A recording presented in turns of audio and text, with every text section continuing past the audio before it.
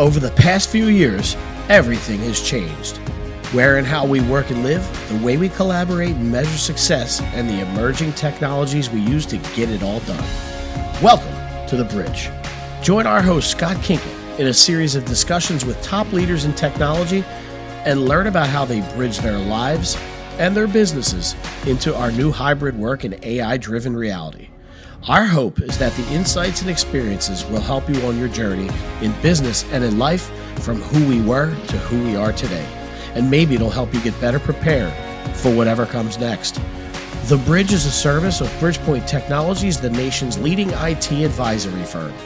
Bridgepoint helps business leaders evaluate, procure, implement, and manage technology and customer experience solutions with a focus on realizing sustainable results for your business growth. And now, here's your host, Scott Kinka. Thanks to the proliferation of cloud communications technologies, we managed to connect pretty quickly to our communications and collaboration systems during the pandemic. And we adopted, in many cases, the stuff we already had. Bottom line, we got the phone to ring, if you will. And what we didn't necessarily do is get people access to the apps they needed to be productive when they were on the phone. In a lot of cases, we're still struggling with how to do that, with people working out of their homes on personal devices, especially consultants and seasonal workers in regulated industries. We're all focused on securing the endpoint. Is it time to reconsider virtual desktop as a container, or specifically acquiring desktops by the seat from a service provider, what we call desktop as a service? Arguments against virtual desktop have called it a solution looking for a problem for more than a decade. Well, maybe the pandemic and the resulting hybrid work is the problem it's looking for. My guest on this episode of the pod is Kevin Sullivan, who runs solutions engineering for EvolveIP, and he's one of the foremost experts in DAS that I know.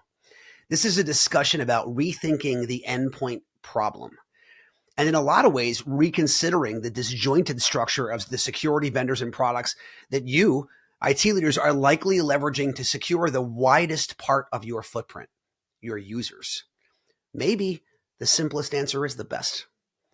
If you're enjoying the discussions that we have here on The Bridge, please make sure that you like, follow, 5-star, whatever it is, our podcast on YouTube, Apple Podcasts, Spotify, or your favorite platform. Let's question how we do end user computing with my friend Kevin Sullivan of EvolveIP.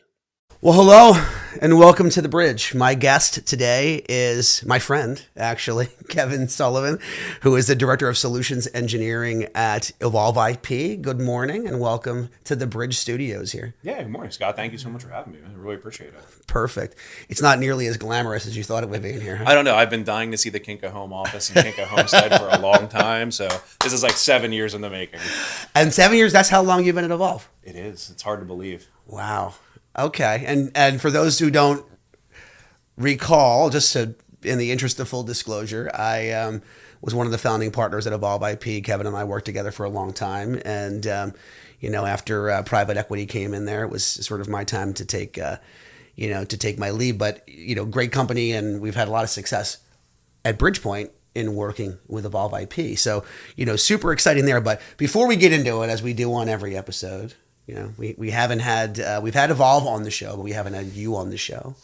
So just want to know, tell us a little bit more about Kevin. How did you arrive at 7 years at EvolveIP? Give us some stuff before that. And then I know the answers to the test, but you got to tell me a little bit more about you personally. So we have that too. Yeah, I think you guys had Tim on from Evolve the last time, right? So you majorly traded down for today, the EvolveIP stack. Stop it. Yeah. But yeah, I appreciate the opportunity to come on here. And like I said, Kevin Sullivan, right, the Director of Solutions Engineering at EvolveIP. A little bit of a catch-all, right? So that means work in sales, work in marketing, work in engineering, a little bit of everything. But yeah, I've been there for 7 years. You actually brought me in. You shepherded in a fresh, nubile, optimistic, eager, young solutions architect from another cloud provider, and you ruined me, Scott. You absolutely ruined me. But joking aside, I've absolutely loved the time working there. Love the time working on the cloud side. I've been in the cloud space since about 2012. But I always like to have a semi-unique perspective, and having had the luxury of being on the the client side of the cloud equation first. Okay. So I was with a financial services company, a consolidated back office for a number of large real estate investment firms in Philadelphia. And actually worked at every level of their IT department. Came in, was a help desk employee for 2 days prior to getting bumped up to a system that whopping 2 days. Yeah, Okay. Inadvertently went in on my second day and did a mass distribution of an antivirus application to everybody in the organization without asking permission. I knew it was something that they wanted to get done, and figured I was either gonna. I figured I wouldn't be working in the help desk one way or the other by the end of the first week. So so I moved into systems administration with them. Ended up as their director of IT actually for a couple year span as well. So just really love that I've gotten to see cloud adoption specifically, and then we moved our disaster recovery to the cloud, then eventually did a production migration. Yep. Got to shepherd that project along. And as a result, I feel like I have a connection to our customers that come to us looking to do those same types of things still today. Yeah. And we'll explore that a little bit because, not jumping too far ahead, the genesis of you being the guest on this time was actually a LinkedIn post that you made, which we're going to come back to in a minute. I'm just glad it wasn't Twitter. Or X these days. Yeah. We're not exactly sure. We had a discussion, we got our marketing stats back, and I had a discussion with our director of marketing, Maria. She was like, do I have to relabel the report X at this point? And will that look funny? That's a whole other story. Okay, so we get that. What about you personally? What do you dig? What are the things you do? Yeah, so you're a man after my own heart. I'm very very much into music. Have had the good fortune and sometimes misfortune of being a gigging musician the last few years. So very much that. Philadelphia guy, born and bred. Similar again to yourself. So sports, of course, courses through these veins. Yeah. Depending on the season of the year, bleed green, blue, red. Got it. Black and orange, you name it. Rough night for the U last night. Let's not talk about soccer. For anyone who doesn't know, I'm a diehard Philadelphia Union supporter. I've been there since day one, back prior to having a team. And regrettably, last night faced Inter Miami with Messi making his debut appearance in Chester, PA, and it didn't go well. It did not go well. No, we're just going to leave it at that. We have had Evolve on before. And as everybody knows, this isn't, obviously the intent of the show is not to make it a commercial, but super important that people just understand that background. So in case folks haven't caught the previous episode with EvolveIP, which we'll put in the show notes to make sure that people have the opportunity to do so, can you just give us the elevator pitch, give us the commercial on EvolveIP? Yeah, absolutely. So EvolveIP, we are a managed cloud services provider who really specializes in our white glove implementation and support. And we work primarily across three main solution silos. So those being unified communications, where we are a Microsoft Teams and Cisco WebEx shop with BroadSoft as our underlying dialing platform. We have our own contact center solution, ECS. And then my area of personal focus, which is our compute offering. So that is fronted by our desktop as a service and infrastructure as a service solutions, as well as business continuity, disaster recovery, backup, and then the managed services arm of that. And I have to tell you, Scott, it's very, very weird having that conversation with you because I feel like I have a contractor who just built a house for me, and then I'm like, come on, let me take you on a tour. I think you did good, man. I think you did good. No, I appreciate that. And that spans a couple of things. I mean, we have all kinds of providers on this show, suppliers of multiple types. We've had, kind of traditional network providers who are figuring out what they're going to be in this new hybrid work reality. We've had, all of the major UCaaS specialists, many of the CCaaS specialists. You guys are in a couple buckets here. What's the superpower? Give me the, if we have to classify EvolveIP, where do you put it? Yeah, so for us, it's definitely in the era of the hybrid workforce. So really kind of leading into and certainly post 2020. For me, it really comes down to real-time audio and video optimization in a desktop as a service solution. So by that, obviously EvolveIP, we have a very deep technical background on the unified communication side of things, right back before it was UC, when it was just VoIP. Yeah. And same thing on the DAS side, right? Before DAS was a coin that was termed in the industry, we were a VMware View provider, right? A just hosted desktop provider. So when we talk about the intersection of unified communications, right, running things like Zoom, WebEx, Teams in a virtual desktop, that for us is the perfect intersection of the two things that we do and do well. So it's really taking that CX focused experience and applying that to other technology solutions like DaaS, IaaS, business continuity. Got it. So said a slightly different way. You guys, you could certainly participate in the DaaS conversations. You can certainly participate in the UC conversations and the contact center conversations. But if a customer is looking basically to sort of containerize the entire experience, device independent at the edge, just give you everything from the start menu to the comms as a service, baked and able to be delivered to a hybrid worker. That's really where you guys fit. Yeah, absolutely. And the piece that I think has been missing for a long time, or rather was missing for a long time, it used to have to be that if you wanted to do all that stuff, you had to do all of it with the same provider, right? Like, yeah, it would be easy to say, look, if you buy your UC from us and your CC from us and your DaaS from us and we host your servers, of course we can do all that stuff and it's going to work. The missing link, I think, is now being able to do that optimization with some form of platform agnosticism too, right? Like, if it was our UC platform, our CCAS platform, our DaaS platform, yeah, we're more than happy to do all of that for a customer. But if they're working with another UC provider, there's really no reason from a technical perspective that we can't still work with them to optimize that real-time audio video experience. Got it. In our platform. Yeah, and I mean, I think in a lot of cases, like it's really, UC is one thing. It's really hard to jack out a CX system. You know what I mean? Like they've got queues built and structures built and all those things. So you work, with the other CX, even though you are a CX platform yourself or a CCAS platform, you work with the other providers as well. Correct. Yeah.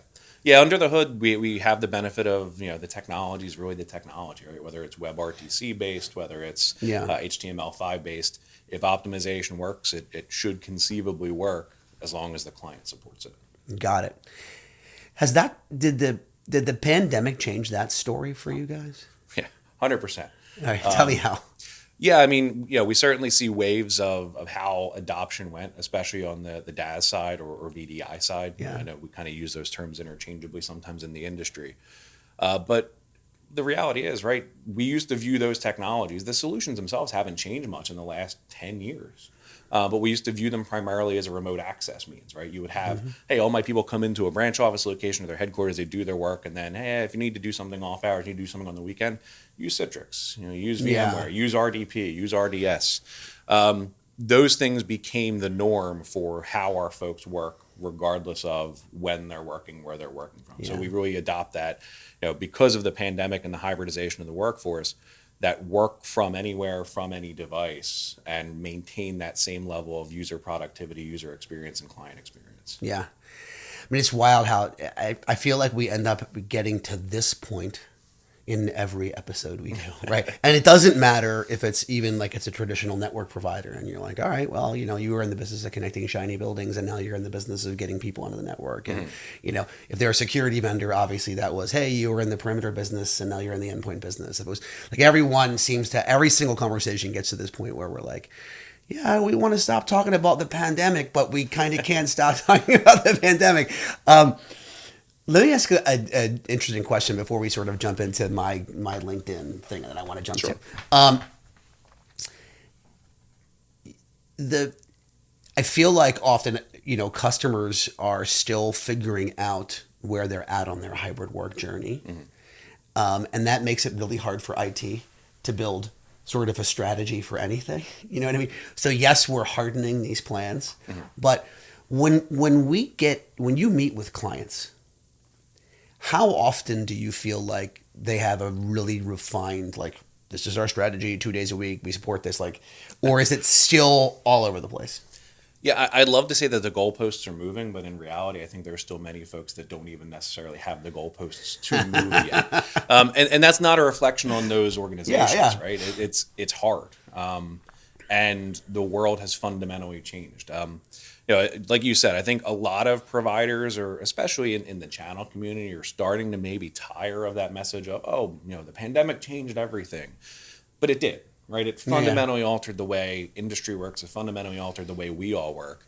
And we're still seeing ramifications now coming out of that, right? Like, certainly not going to get political, but the economics of our times are interesting, let's just say. So as a result, we see IT got a lot of capital injection immediately following the pandemic to go out and solve many of these problems. Yeah. Now, a lot of that spending is coming back, right? IT budgets across all verticals seem to be going down in the next year, except for two key areas, security and client experience, or CX. Yeah. Right? So, or customer experience rather.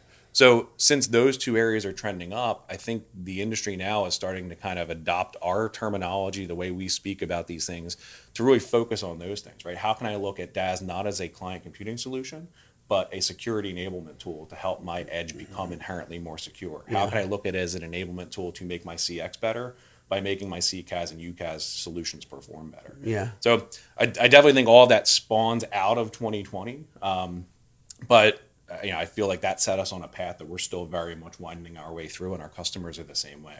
Yeah. Well, you hit something super interesting there, which is probably a good segue into the conversation that spawned this whole thing, right? Which was you posted something on LinkedIn a couple of weeks ago, and we were already planning this episode. For those who don't understand the inner workings of this stuff, like we have to schedule these, we've got 40 some odd episodes committed for the year. We have to schedule them out months in advance and get everybody's schedules, so this episode will probably air in 4 weeks plus. So we started scheduling it 4 weeks ago, probably. And I would venture to guess your post was sometime after that, because we were sort of scheduled to have a broader group. We were going to have you and Gary Coben, who's a character and a half. I would have loved to have had him on the show. I probably still will, just for the sheer comedy. I love the guy to death. But you posted this, and I said to Gary, I'm like, you know what? I'm just going to do Kevin, because it's been a conversation that's come up a handful of times. It came up. I had Dante Orsini on here, who is the Chief Technology Officer at 1111 Systems, and it went there. I more recently got into one with Alvaro Gonzalez, who is the head of alliances at Expedient. Like, this conversation about the super important but unsexy conversation of recovery kept coming up in those conversations. And you posted something to the effect of everybody's talking about security. Mm-hmm. And then you kind of gave this little story that I thought was like really, really funny. Do you remember what you said? Vaguely, but let's take a trip down memory lane. I actually printed it for him right here. It was this that I love. Do you remember it? I do. So I was channeling my inner, if Sun Tzu were an IT guy in 2023, right? That's not pompous to say at all, right? Yeah. I'm like one of the greatest philosophical thinkers of our time. But yeah, no, it's this whole mentality of, look, if you can avoid a problem, avoid it, right? Yeah. If you can't avoid it, protect against it. If you can't protect against it, recover from it. And if you can't recover from it, it's probably you that were the actual problem. Yeah.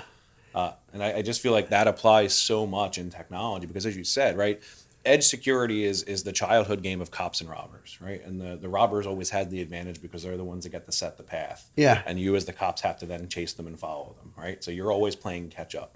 And we still see that today in this industry, right? It's always, I don't want to say a losing proposition, but the advantage certainly goes to the attackers, not the defense. Yeah. I'm gonna read that back because it was really good. It was exceptional. You basically said, if you can avoid a problem, avoid it. If you can't avoid it, defend against it. If you can't defend against it, recover from it. And if you can't recover from it, it was you who was the problem. And it's just really interesting because we're talking so much about the defense side, but you're right. The robbers have the advantage. I love the cops and robbers analogy. The robbers have the advantage, and if they're really organized, they're going to find a way. Human engineering, they'll find a backdoor, they'll find something. The issue is just sort of how well you are in a position to recover from it at the end of the day. So I love the analogy, and I'm sure if our producer Gene was here today, he's taking his daughter to school for college. Sorry, Gene, we miss you today. He'd be scribbling down back there because usually when the interviews are going on, he'll write down like, oh, that's the thing we're going to call it on social media. So we'll have some fun with that. Maybe we can make you into Sun Tzu or something. I don't know. We'll figure that out. But so now let's just say you had the opportunity to say that you're in front of a customer, mm-hmm. or maybe this was your thought process when you were, on the customer side, right? Day 2, you're jamming security protocols and what have you. But I mean, how do you start the conversation? Because I think we all got a free pass. Every supplier, every technology company, certainly every customer got a free pass in 2020 and potentially in 2021. And then we started thinking about what we want to be when we grow up in 22 and 23, and we're still really not there. So you're meeting with a prospect or customers, and and they're like, okay, I need to get into recovery, pun intended, right? Like, how do you start that conversation with them? Yeah. I mean, that's the tricky part, right? It always starts with identification. So if I'm a customer, the most important thing is coming into those conversations, having your proverbial ducks in a row, right? Okay. Understanding, not just what you have from a systems perspective, but really understanding the nuance of, what data do I have to protect to different levels? Because it's the easy answer to say, well, I have to protect everything the same. Yeah. But there's a reason that somewhere in this home you probably have a safe, right? Yeah. And you probably have your more valuable things in that safe that's in a room, that's in a house, that's locked, that has a security system. You don't put every single thing you own in the safe because it's impractical to do so and frankly not necessary. So if I'm a customer, that same thing applies to my internal data, right? If I'm in healthcare, it's my EHR, it's my PII, it's my PHI. If I'm in financial services or finance, it's maybe my core banking platform or my investor relations records or things along those lines. So identifying what is my most business critical data, what is my most privileged, most secure data, and then branching out from there. Once you have a firm understanding of that, then it becomes a numbers game around, okay, if the worst were to happen, how long can I afford to be without X? How long can I afford to be without Y? Okay. Right. So it's, again, easy to say, I'd love to have everything in my environment come back up seamlessly within 10 minutes. There are solutions where you can probably do that, but it's going to be completely financially impractical to do so. So that identification, understanding, and having some semblance of not necessarily a plan, because a provider can work with you to help figure out what that plan should be based on what the solution will make available to you as far as options. But having some sense of really where you want to come out of that realistically and not just going into it with the intention of like, let's protect everything to the same level and recover it all at once. Yeah. Of course. And I've been in many of those conversations myself. It's like, I need everything to be a minute old and I need it to be back in a minute. And my budget's $10. Yeah, right. So that's good advice. So what you're saying to our listeners is if you're embarking on this plan, start with just knowing what all your data sets are. That's number one, identification. Mm-hmm. Number two, it's sort of staging them in terms of what's important to the running of the business. This is hypercritical, this is moderately critical, this we can wait on a couple of days for. And then, they don't have to come up with a plan. They can lean on a provider, but, the provider can't tell you what's important and what's not important to your business. Correct. Yeah. Yeah. And far too often folks are looking for that extra assist over the top. And the word of warning I'll put out there to them is there are a lot of folks that would be very eager to jump at the chance to tell you what in your business is most important to protect. Don't listen to them. Yeah. Please, don't worry. If someone thinks that they can come in and tell you how, the nature of your data and what your organizational priorities should be for your applications, approach that with some level of skepticism. Because in my opinion, everybody talks about a consultative selling approach, and that's fantastic, right? It's good to be a consultant in addition to doing all the things that we're doing from a solution perspective. But no one can really identify and solve 100% of those problems for you. You have to have some institutional knowledge of what you want out of the solution in order for it to actually serve your needs, not the provider's needs. It's funny. We have this, as you're aware, we have at Bridgepoint, we have a division, Bridgepoint CX, and it's a group of consultants. There's the consulting that you're talking about, where we are, paid to give advice on how people are supporting their customers in the simplest way I can describe it. But we subscribe to a very similar format. One of our heads of state over there is constantly saying, we explain the art of the possible, which I think is a little bit of what you're talking about. Like, it's not our job to tell you how you should be communicating with your customer. That's not our job. Our job is to basically say, this is what is available to you, right? And then sort of workshop with you. But you got to know, you have to come into it saying, I know what's important. I know what's critical. It's kind of a very similar conversation, it sounds like. Yeah, we're the technical Sherpas, right? But you have to climb to the summit of that mountain yourself for it to count. Or you have to decide to climb. True. Right? At the end of the day. I'm going to hit you with two more on this recovery topic. And you have some great graphics on this, and we'll try to attach, some of that into the show notes. And when we get to the end of the show, we'll talk about how best to maybe get in touch with you if interested. But I want to harken back on one thing you mentioned. I asked you to speak at our tech summit in the fall on a panel, I believe at this point, that I'm going to be running around compliance. Mm-hmm. And, you rattled off a bunch of them in the middle of your description about the criticality of data. Some of the standards that are out there. And I constantly stress to people around compliance that, compliance doesn't require you to be perfect. It requires you to have a plan, operate on a plan, test a plan, and hopefully be able to recover when the plan doesn't work. Mm-hmm. How often when you're having these sort of top to bottom recovery conversations, are you, glancing into their compliancy conversation? Oh, I mean, the two things 100% go hand in hand. Yeah. Yeah, because as you said, right, compliance isn't the definition of protection against something happening. It's the definition of the things you do in reaction to something happening, right? It's how you react to an event. And, to quote Mike Tyson, everybody's got a plan until you get punched in the mouth, right? So that holds true in the technology space as well, as crazy as it is, right? And that's why I tend to look at business continuity and disaster recovery conversations as, look, have a plan, right? And formally enact the way that you intend to fail over, the solutions that you want to use, what the intended timing of them is.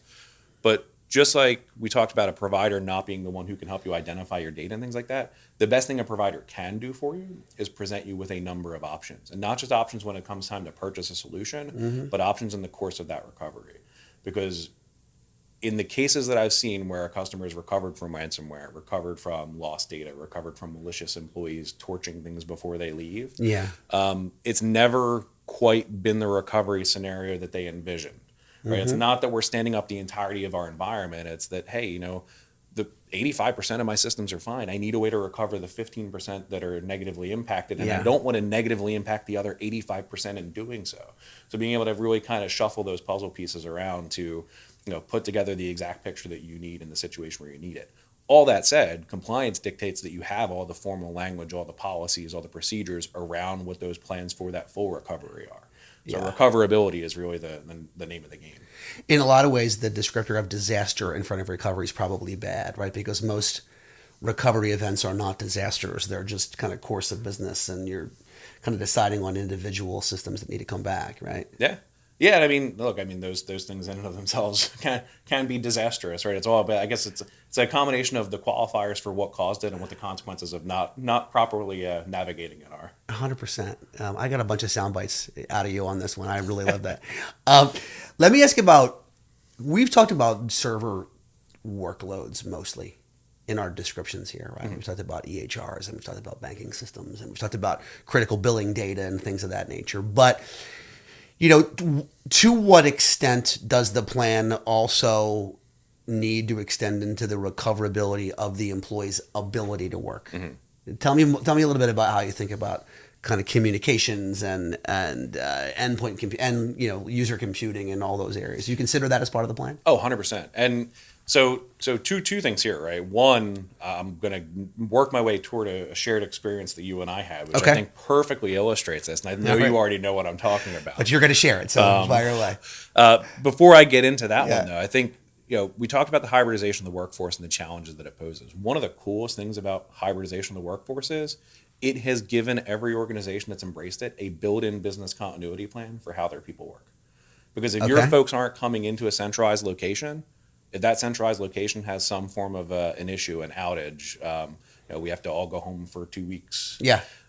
Guess what? There's no interruption to your services because your folks are already connected in to some form of a cloud-based solution in order to do that work. Yep.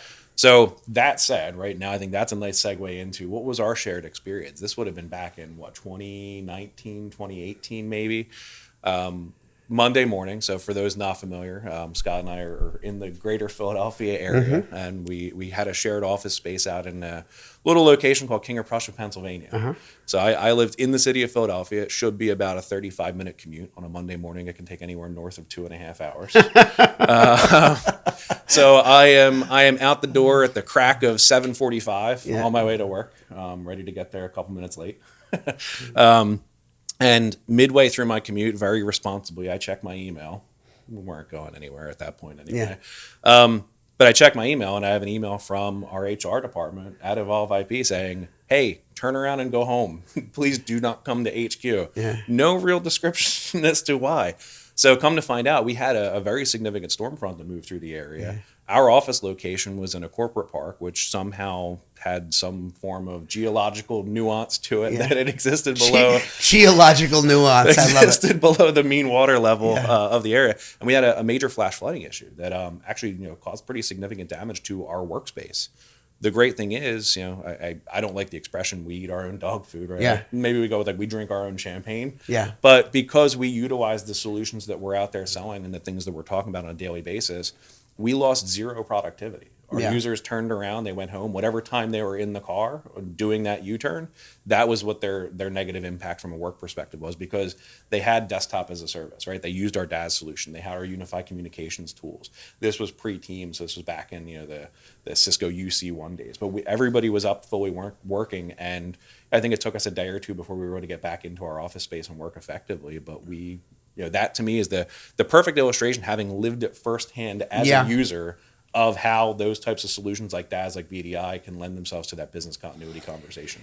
Yeah, and it's interesting too, because I think people were very accustomed to, I think the renaissance, of collaboration was the impending event was the pandemic, right? But Teams and Zoom and WebEx and, the tools that came along with the other UCaaS platforms that are out there, they all saw their heyday then, and everybody was talking, right? But one of the areas that did fall apart was in getting people access. You could make the phone ring, but you couldn't get them access to the secure application that they needed to actually do anything, because there was insufficient VPN to get back to the office. There was critical applications that fell under compliancy that needed to run on a desktop that was owned by the business. You couldn't run it on your kid's school laptop, that kind of stuff. And that's really where DAS was a savior, certainly in that situation. And then again in the pandemic for us was, compliancy, I think, and DAS around application portability go hand in hand. Yeah, the missing piece was that real-time audio and video optimization. And, interestingly enough, that was really just starting to come to fruition towards the end of 2019 into 2020. Yeah. So, from that perspective, the timing couldn't have been better. Right? Yeah. That gave us the opportunity to then mature that technology fast, right? Because necessity is the mother of invention. So once the pandemic hit, it's like, okay, we have the capability to do this. Let's figure out how to do it well, and be able to repeat it often, so that we can leverage things like VMware and Citrix to deliver Teams, Zoom, WebEx in an optimized fashion. Perfect. And I think that's a great segue into our fun. Okay. Because this has been a great. I enjoyed this conversation. I feel like this is a total Back to the Future right now, because we've had this banter about how to speak about these things. You have improved some of the sound bites. I got to give you that from a marketing perspective. I'm going to take some of that stuff out of here, and we'll market it well, but I'm going to add some of it to my lexicon. So I appreciate that. That's absolutely the tail wagging the dog. Because, every day I've woken up as a professional the last few years, I think, how can I be more like Scott today? So stop. No, but I appreciate it. That was great. We're gonna have some fun though. So I want a shameless prediction from you for the next, call it 18 to 24 months, and it can be about work. It can be about tech. It can be about Philadelphia sports. It can be about music. It can be about politics, although nobody jumps on that grenade. Throw it out there. 18 to 24 months. Well, I'll give you two, right? I'll give you the joke one first, right? Which is sitting here with you. Yeah. Right. I feel like I have to do the Philly sports thing, right? You have to. So Scott, first time caller, long time listener. I've enjoyed the show for a while now, but Birds are going to be 16-0 this year. Eagles going to run it back, win the Super Bowl, no questions asked. Jalen Hurts MVP, not only of the season but of the Super Bowl too. Go Birds. Okay, love it. So for those of you who don't live here, that's basically nearly every caller into the radio shows in Philadelphia in the morning. So, but okay, got it. Good. So the real one from a technology perspective, I hope this is not too pragmatic. Yeah. My prediction is we're going to be solving the same problems 18 to 24 months from now that we're solving today, but using different terminology to describe them. And the reason I feel that is because right now we're solving the same problems we were solving 18 to 24 months ago using different terminology. And at that point, we were solving the same problems we were solving. So it's an ever evolving cavalcade of language. Yeah. But the core things that we're doing from a problem solving perspective and the value that technology brings to organizations when it comes to their business doesn't change. Yeah. That could be a whole episode in and of itself. We've washed tech in so many terms. Everything was as a service then. Everything was cloud. Now, everything's a CX technology now. Everything is, half the stuff that is not actually AI is being called AI because no, it's just the analytics that you were doing before, but it's not actually machine learning, but okay, you can call it AI if it makes your marketing department happy. I get you. That's a really interesting hot take.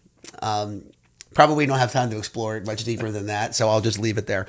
All right, the next whatever the next disaster occurs, zombie apocalypse. The robots take over, Skynet descends, whatever it is, and there's only one application that continues to work on your phone, and there's been some interesting answers to this one. What would it be? So this might shock you. Okay. Mine's actually going to be Strava. And I know this is not a runner's physique, but you want to train yourself to be able to run from the zombies. So you hit the nail on the head earlier. You're talking about LinkedIn, right? Like patently unsexy, right? That's not just my LinkedIn post. Right. That's gonna be the title of my autobiography someday. But no, so about a year ago, I started doing like a Couch to 5K program, and I absolutely fell in love with running. So especially if I'm going to start logging miles running from the zombies and the robots, I might as well get some credit for them. I love that. Okay, so Strava it is. Certainly one of our more unique answers to that question. All right, this one's a little less jokey. Is there something that you're reading right now that our listeners should be reading? Yeah, so I actually just finished maybe a week or a couple weeks ago. Kim Zetter's Countdown to Zero Day. Okay. So that was an amazing, eye-opening, thought-provoking read. All about the Stuxnet virus, its development, how it was found, how security professionals reverse engineered it to really understand the nature and nuance of what that attack was. A little bit harrowing, but a really good read. And then non-technical side, I actually just finished my annual summer reread of Jaws. So I have a paperback that I've had since I was in high school that has probably spent more time on New Jersey beaches than some of the lifeguards down there. That's practically disintegrated. And if you're in Philly, you're a Jersey Beach person. You are a salty dog. Got a boat. You fish the whole 9 yards. So this is basically your summer homage to Jaws. Yeah, that's the head clearing, kind of annual reset. At this point, do you actually need to read it, or can you just go sort of, section by section and know what's about to happen? Yeah, probably. I think I could give a pretty convincing book report. Definitely B+. Getting back to the other book, Countdown to Zero. Is it? I got the title right. Countdown to Zero Day. Countdown to Zero Day. Okay. Too heady for most people. For if you're not like a tech nerd, or is it one of those, like, if you're just for our listeners, if you're sort of either a technology executive or a business executive, super nerdy, or is it? No, so it's interesting that you asked that, because actually, as I started to read it, I got maybe a third of the way into it and started thinking, this might be too academic for me. It might be a little too dry. A lot of footnotes. You could tell it was like academically put together. But then once I kind of cracked into the actual human aspect of like how folks were going through reverse engineering and finding out about it, it became a super compelling read.